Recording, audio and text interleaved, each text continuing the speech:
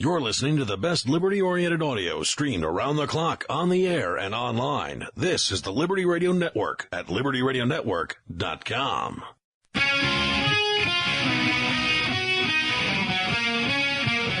All right, y'all, welcome back to the show.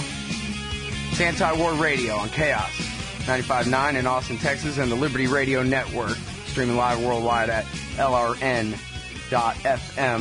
And it's my honor to welcome back to the show the heroic American journalist Robert Parry. His website is consortiumnews.com. He's the author of Lost History, Secrecy and Privilege, and Neck Deep. And he does some of the best work about government corruption and national security issues and foreign policy that you can find anywhere. Welcome back to the show, Bob. How are you? Pretty good, Scott. Thanks for having me. Well, I'm really happy to have you here. All right, so Lost History. You wrote this book, Lost History. Right. It lays out the factual record of CIA-tolerated drug trafficking by Ronald Reagan's Nicaraguan Contra rebels, and the parallel story of how they built the propaganda apparatus of perception management on the American people. I've never read that, but sounds like good stuff. And I have read Dark Alliance, and I do know, and I've read a couple other books along the lines of government drug running back in the days.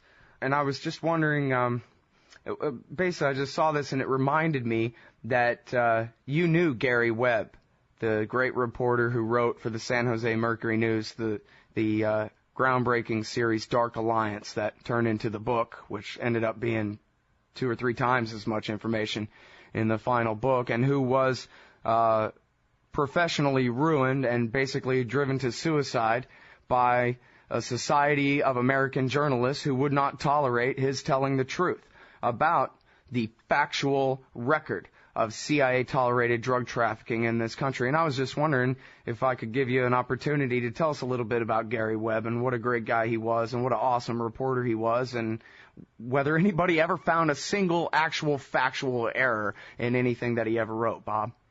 Well, actually, Gary called me before he did his Dark Alliance series, which appeared in 1996, because I had co-authored a story back in 1985 for the Associated Press along with Brian Barger, which was the first story to describe the problem of the Contras getting involved in drug trafficking as a way to help support some of their activities. Of course, at the time that our story was attacked and remained controversial despite more and more evidence coming out. But the New York Times and the Washington Post and other big publications decided that was something that they would not tolerate as a possibility, even though the evidence was there that the Contras were doing this. And it was actually fairly well known inside the Reagan administration that they had a problem with the Contras. But it remained one of those anathema stories that just couldn't be really discussed. And so when Gary called me in 96, he asked what I thought about him going ahead with this series. And I said, well, I think it's a very, very important story. How's your relationship with your editors? Suggesting that he might want to make sure that they were really behind him because that he would come under attack, and he felt confident that they would support him. So he went ahead with his series, and the stories they did were fine.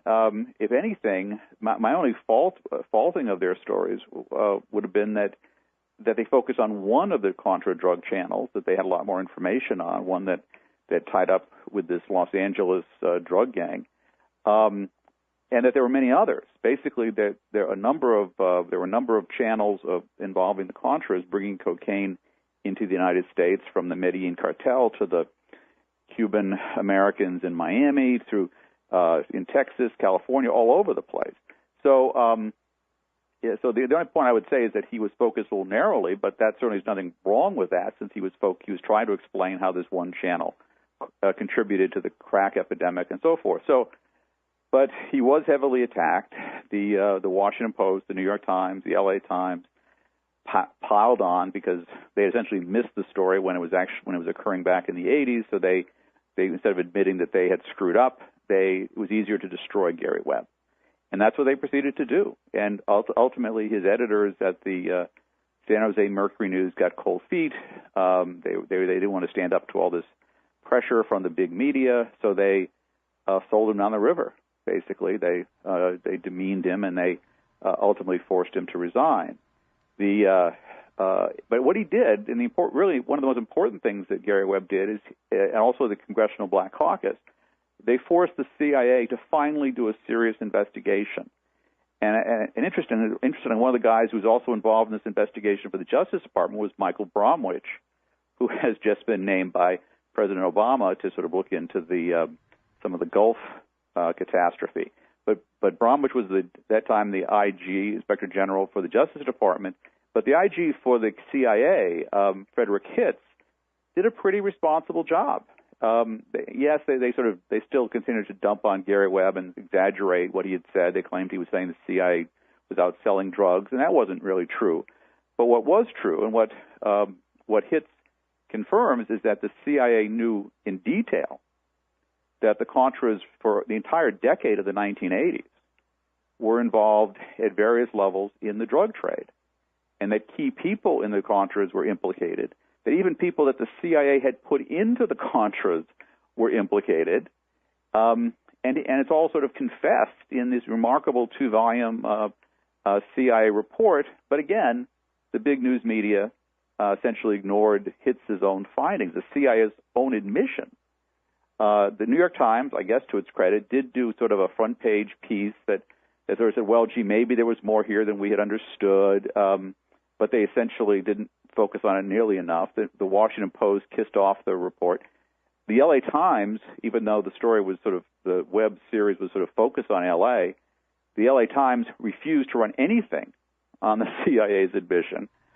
It was an extraordinary example of the big media ganging up, and since they're the big media, they don't have to admit they make mistakes, and so it was horrible what they did, and it caused Webb, whose family broke up and who suffered terrible career damage, unable really to make a decent living in his profession, and finally, in 2004, he was driven to suicide. And then after that, the L.A. Times and the others did nasty obituaries, essentially demeaning him further. It was a horrible example of of the worst of the big media and what's happened to it, and how they'd rather protect their own turf and avoid admitting their own mistakes than being decent toward a colleague. Wow. Well, I don't think anybody could have said it better than that, in terms of summing up Gary's legacy and the media and really what it's for, as opposed to what you do, your actual journalism there. It's the great Bob Parry from consortiumnews.com. When we come back from this break, we're going to be asking all about Bradley Manning and the DOD's hunt for Julian Assange after this. You can put the Liberty Radio Network on the air in your area. Visit affiliates.libertyradionetwork.com to learn how. That's affiliates.libertyradionetwork.com.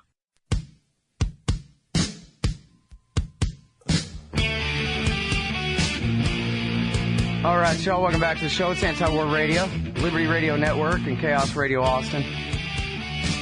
I'm Scott Horton, and I'm talking with the great Robert Parry from consortiumnews.com and author of a bunch of books you ought to read: Lost History, Secrecy and Privilege, Neck Deep. And now, you know what, Bob, would it be okay if I was to keep you to the top of the show? Sure. I mean, or top of the hour, I mean to say there. Top of the hour. Okay. Yeah. Because, you know, we have 2 segments left, and I really want to talk about this Bradley Manning thing, but I keep thinking of more questions. And, you know, when we left off there before the break, we were talking about, CIA-connected Contras selling cocaine in America all through the 1980s. And, of course, the media and the story of the heroic martyr to real journalism, Gary Webb. And the extra little kick at the end, the character assassination in their obituaries of this heroic journalist that every one of these, L.A. Times, Washington Post, and New York Times reporters should have to lay down prone on the ground and bow down to his legacy, and then they smear him. And so then I said something about, well, that's a great thing that you just said, summing up the purpose of the media, but that wasn't really right. It was the method of the media. But what is the purpose of the media if it's not what you do at consortiumnews.com, Bob? Well, it's a good question. Basically is, I grew up essentially working at the Associated Press, where there was kind of a commitment to doing, just the facts, ma'am kind of journalism, which has its shortcomings, granted, but there was a commitment to kind of get the stories right. And increasingly, it seems that the major media has sort of developed almost a commitment to enforce the conventional wisdom or go with the, serve the powerful in a rather obsequious manner. Former CIA analyst Ray McGovern, who writes for consortiumnews.com a lot, calls it the fawning corporate media, or the FCM. And, there's some truth to that. Perhaps it's a little bit of a broad brush, but it's and there certainly are good journalists and honorable people who try to do the profession right. But increasingly we've seen this drift of the powerful media to being less and less committed to the principles of fairness, objectivity, and things of that sort, and more to kind of guiding the American people in ways that the power structure seems to want. And it reached, obviously, very severe dimensions during George W. Bush's presidency, when the major news organizations pretty much completely fell down on the job, if you consider the job accurately informing the American people of important matters like going to war. And even though there's now been sort of an admission, I guess the New York Times would agree that they should have done a better job, and the Washington Post probably would say the same. They're now sort of repeating the same patterns with Iran, and using the same demonizing, the same black and white pictures, the same ridiculing of people to try to negotiate peaceful settlements. It's the same pattern that we're moving on as a nation, and the media has played a big role in that. Sort of, I guess, some people have referred to it as like manufacturing consent. I think that's Noam Chomsky's concept. Having been more in the trenches rather than looking at the bigger picture, I would generally have said that it's very difficult for working journalists to do their job in a responsible way. It's one of the reasons that 15 years ago, after working at AP, Newsweek, and PBS, I thought, well, there's this new thing called the Internet. My oldest son had just gone to college at the time and said, Dad, if you're so upset about not getting these important stories you're working on any place, why don't you just set up a website, which is how consortiumnews.com came into existence in 1995. But I'm not sure I can really tell you a good answer to your question, except that I'm not sure exactly why this is all happening, but it's certainly true that on big stories, big issues, the U.S. National Press Corps has come up very short from what I think Americans would expect or hope from their independent press corps. Yeah, it seems like even the real journalists almost now are all just sort of like local news anchor girls who, what they always specialized in was being a pretty girl and being a cheerleader, and they want to be on TV and read the news, but that doesn't mean that they sit around reading your website or know or care about any of this stuff. And, we're going to be talking with Glenn Greenwald later, and he's got a piece up today about how David Gregory hosting Meet the Press and asking over and over and over again, asking Obama spokesman, do you trust BP? Do you feel him? Do you love him? And the BP and the Obama spokesman is saying, well, look, it's not about a relationship. It's a mathematical thing. We're going to hold them accountable, whatever you think of that, But David Gregory didn't understand the concept. He asked it over and over again, and Glenn Greenwald explains how David Gregory doesn't even understand that there's such a thing as like holding someone accountable with facts and like maybe punishments and whatever. It's all to him a question of, do you like them? Do you trust them? And of course, to David Gregory, just like Tim Russert before him, the answer is if they have power and they're sitting 90 degrees from him at that table, then he likes them and he trusts them. Well, I think that's been true. I think there's also the pressure that the right has imposed on mainstream journalists. The right has invested literally billions of dollars in building not only their own media structure, but also attack groups that would go after people like me and others who were in the mainstream, who were trying to dig out facts that didn't exactly fit with the propaganda themes that, say, Ronald Reagan or George Bush Sr. or others were putting out. And so part of the game was to attack those reporters, but there was a phrase they used, controversialize them.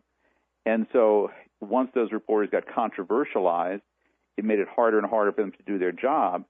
And in the meantime, the reporters who kind of kept good relations with the right. Tim Russert used to have Rush Limbaugh on quite a bit and just do fawning interviews with Rush Limbaugh. But that was smart if you're Tim Russert and you want to maintain your very lucrative position.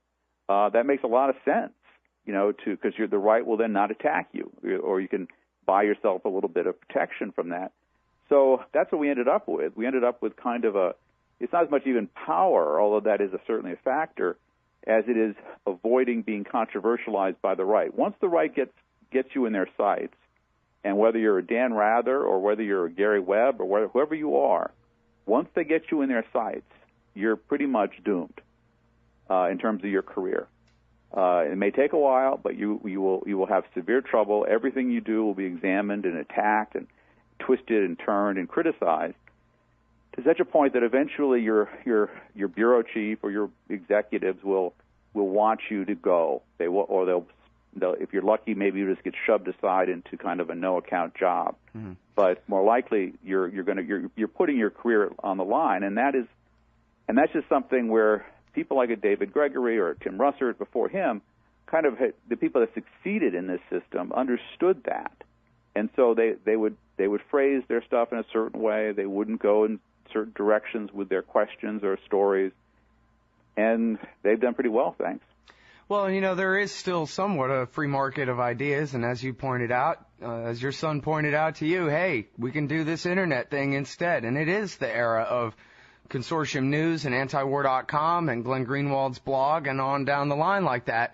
And yet, well, I don't want to speak for your organization there. I don't know exactly how it works. I know at antiwar.com, we barely have enough to keep a bare-bones staff and to pay our regular writers, our most high-profile columnists, a pittance for their work. And somebody has got to be able to pay Dana Priest. I think I'm paraphrasing maybe Glenn or somebody else from the other day here, that somebody has to be able to tell Dana Priest, yes, we will pay your giant salary and we will pay your first-class airfare and we will make sure you have your resources. Go ahead and spend 6 months breaking a story about secret torture prisons in Eastern Europe. Whereas you just can't do that, Bob, can you? Antiwar.com sure as hell can't do that. Well, so what do we do when, we're competing and we're hurting the Washington Post bad, but we don't have really a replacement for the budget, frankly, to get real stories like that accomplished. Oh, did I lose him? I'm here. Oh. No, yeah, you're right. I mean, obviously it's nice when Dana Priest actually is given that freedom to go do those kinds of stories. Yeah, geez, I'm sorry. I talked us right up to the break here, Bob. I'm the worst at this whole hard breaks thing. We're going to work it out. It's the LRN Network. Talking with Bob Parry. We'll be right back, y'all. Shop at Amazon.LibertyRadioNetwork.com, and a portion of Amazon's profits benefit the Liberty Radio Network. Amazon.LibertyRadioNetwork.com.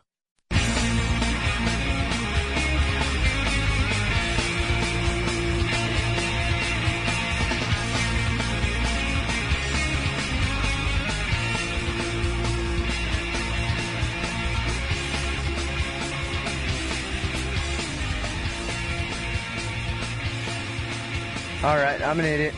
That one was my fault. That was human error, not technical. It happens. Oy.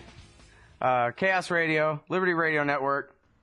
Okay, we're talking with the heroic Bob Parry from ConsortiumNews.com, and I had asked him, what are we going to do when antiwar.com and Consortium News eventually, we really are competing on the level with the Washington Post in terms of readership and whatever, but we don't have the budgets to afford the highest caliber investigative reporters what they require to break some of the biggest stories. It seems like, Bob, we're going to rely more and more on, WikiLeaks type journalism, because that's all we're going to have is what people on the inside are willing to just give up to the public all at once.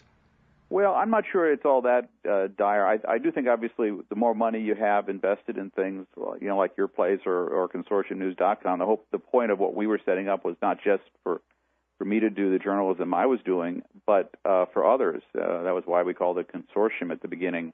We never quite got the consortium part going very well in terms of getting enough resources to really fund much. But I still remain hopeful that at some point people will understand the need for that and begin investing or contributing more to let that happen. But you're right. I mean, even though in the mainstream press there's much less money today to do serious investigative work than there used to be. The Washington Post is laying off lots of staff, and so are most of the big newspapers. So they're cutting corners, and there's just not that much. But there's no reason why people inside the government or who have important information can't get it out. There are places like yours, mine, or WikiLeaks, you name it, that can put documents up on the internet. We put up secret and top secret material in the past, and history that would not have been known if we had not dug it out. So I think it can be done. It's really a matter of getting it done. All right, now what do you have to say about this young Bradley Manning? I know what the Post has to say about him is he's the world's biggest loser. Right. There's a piece that Colleen Rowley wrote, and I sort of edited and contributed to it too. So she wanted me to have a joint byline. But basically, this young Army specialist decided, apparently because he saw wrongdoing and thought it needed to be exposed, to hand over a significant number of documents, including video, to WikiLeaks. WikiLeaks so far has not really done a lot with them, apparently. But there was one that was an encrypted video of a helicopter gunship attack in Baghdad that killed two Reuters journalists and a number of other seeming civilian Iraqi males, and two kids were wounded in the attack. And that was quite a dramatic video that sort of showed the kind of callousness that was part of what we know as the surge, when there was a real demand to get those body counts up, and so the American helicopter gunship people were pretty aggressive in getting approval to go after these people, even though they just seemed to be walking down the street. So seeing that is certainly was an important way to understand what the surge was about. That it was a case of slaughtering a lot of people that didn't seem to be threatening the American troops or anything else. They were some innocent civilians, looked like, being gunned down. So I think there was some great value in that.